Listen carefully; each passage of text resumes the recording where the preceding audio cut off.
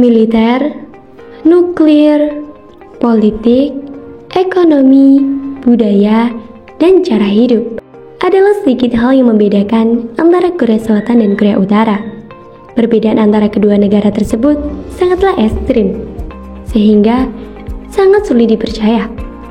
Seiring berjalannya waktu, karena kondisi historis manusia dan kesenjangan sosial antara kedua negara semakin melebar. Dan saat ini, mereka bagai hidup di zaman sejarah yang berbeda.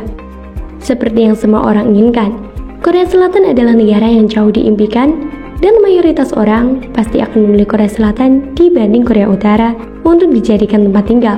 Namun, saat ini saya akan memberikan penjelasan tentang perbedaan dari kedua negara tersebut. 1. Sistem politik. Korea Utara merupakan negara komunis dengan pemerintahan tunggal yang dipimpin oleh pemimpin tertinggi, yaitu Kim Jong-un. Tidak seperti Korea Selatan yang memiliki beberapa partai politik.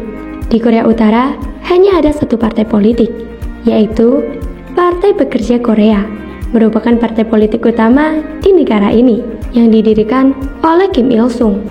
Korea Selatan merupakan negara demokratis dengan pemerintahan republik presidensial yang menganut ideologi liberalis yang menekankan pada peran pasar bebas dan perusahaan swasta.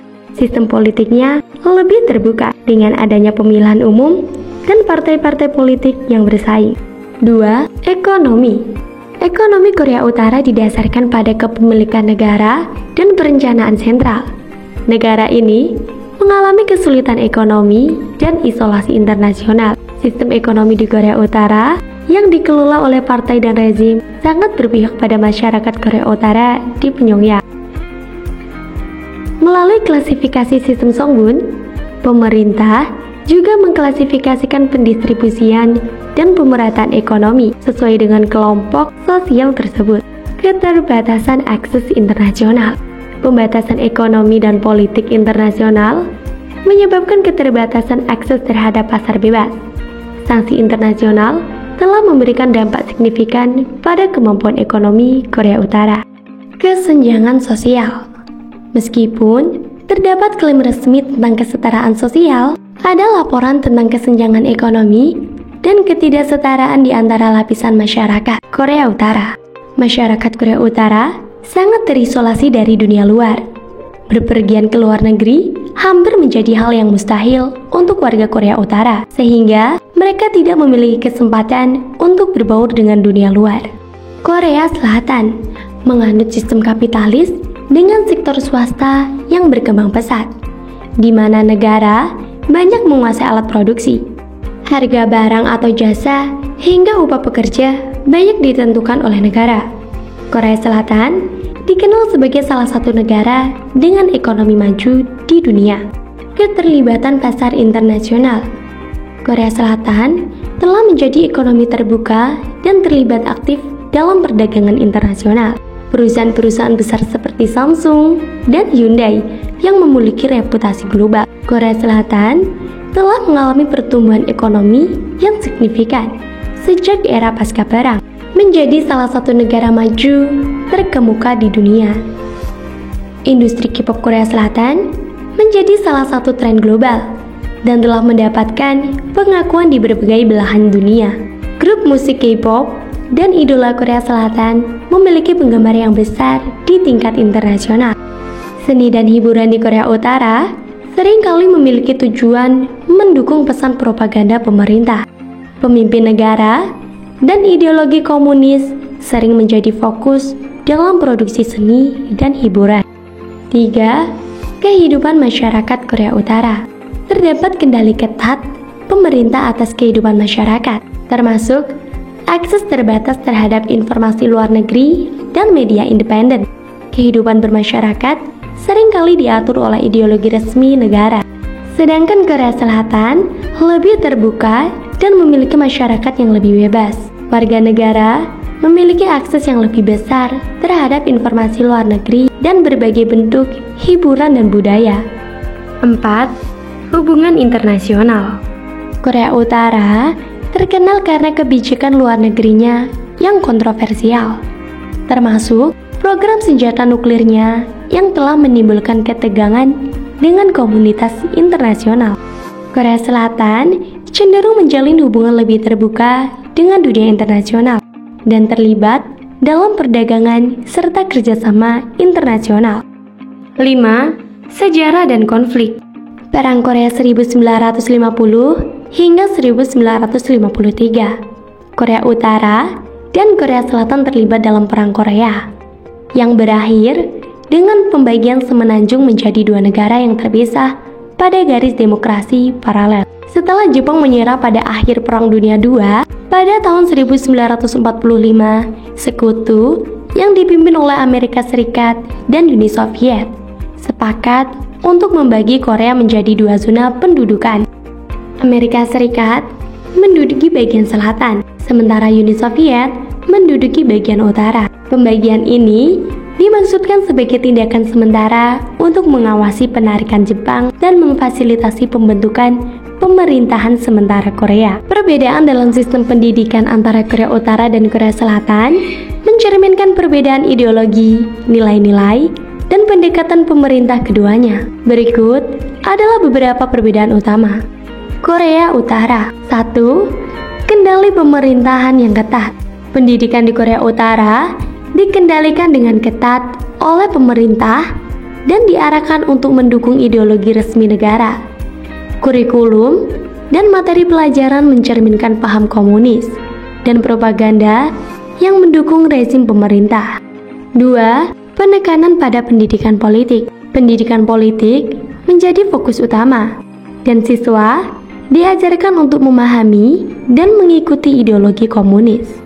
Pendidikan tersebut seringkali mencakup pengabdian kepada pemimpin negara dan pemahaman mendalam terhadap filsafat dan sejarah komunis.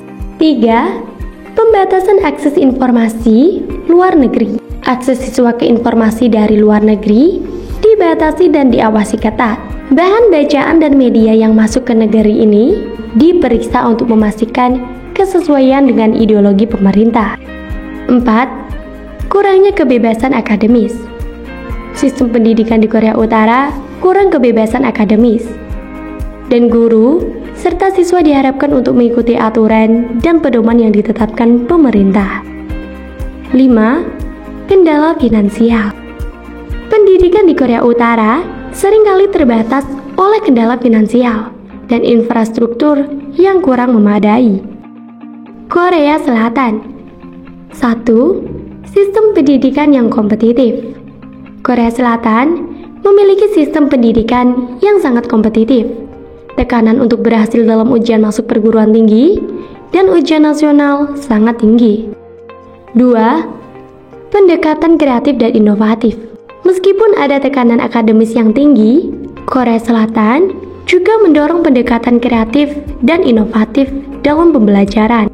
Ada upaya untuk memperkenalkan metode pengajaran yang lebih interaktif. 3. Kurikulum yang beragam.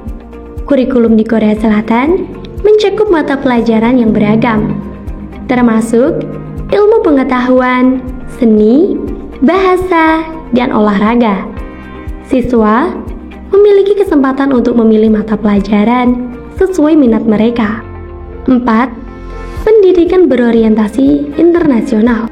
Korea Selatan mendorong pendidikan berorientasi internasional dan berusaha meningkatkan kemampuan bahasa asing siswanya. Hal ini mencerminkan keinginan untuk bersaing di tingkat global. 5. Akses informasi yang luas. Siswa di Korea Selatan memiliki akses yang lebih besar terhadap informasi dari luar negeri. Internet dan media asing tidak dibatasi, memungkinkan siswa untuk terhubung dengan berbagai perspektif. 6. Investasi signifikan dalam pendidikan. Pemerintah Korea Selatan telah melakukan investasi yang signifikan dalam pendidikan, membangun fasilitas modern, dan mendukung program-program pengembangan pendidikan. Perbedaan ini mencerminkan perbedaan dalam pendekatan terhadap ideologi, kebebasan akademis, dan tujuan pendidikan di kedua negara. Meskipun Korea Selatan telah mencapai prestasi tinggi dalam beberapa bidang pendidikan, sistem ini juga telah mendapatkan kritik karena tekanan berlebihan dan kurikulum yang terlalu penuh. Korea Utara di sisi lain memiliki pendidikan yang sangat terkendali oleh pemerintah, dengan fokus pada pembentukan pemahaman dan kesetiaan terhadap ideologi pemerintah. Korea Selatan memiliki infrastruktur transportasi yang modern dan berkembang dengan baik. Industri otomotif Korea Selatan adalah yang kelima terbesar di dunia dan memproduksi jutaan mobil setiap tahun dengan perusahaan lokal seperti Hyundai dan Kia. Dengan hampir setiap orang Korea Selatan mampu membeli mobil. Selain jalan raya dan jalan bebas hambatan, ada kereta kecepatan tinggi seperti KTX yang dapat mencapai kecepatan 300 km per jam. Sistem metro di kota-kota besar seperti Seoul, Busan, dan Incheon, dan beberapa bandara internasional dan feri. Di Korea Utara, ada jaringan transportasi yang terbatas. Salah satu indikatornya adalah jalan-jalan di Pyongyang yang hampir tidak memiliki lalu lintas dan antrian panjang di halte bis. Negara ini memiliki jalan raya yang menghubungkan antara kota dan desa, tetapi kualitas mungkin buruk atau memerlukan perbaikan. Bagaimanapun, sebagian besar orang Korea Utara tidak mampu membeli mobil. Untuk memberikan perspektif yang lebih baik, Korea Utara memiliki sekitar 26 juta penduduk dan hanya 30.000 kendaraan, yang berarti hanya sekitar 0,1% populasi memiliki mobil. Selain itu, produksi kendaraan di Korea Utara terfokus pada militer dan industri, dengan sedikit produksi mobil untuk warga negara. Jaringan kereta api dan sarana transportasi penting untuk penumpang dan barang, meskipun kereta apinya kuno dan tidak dapat dibandingkan dengan yang ada di Korea Selatan, Tiongkok, dan Jepang.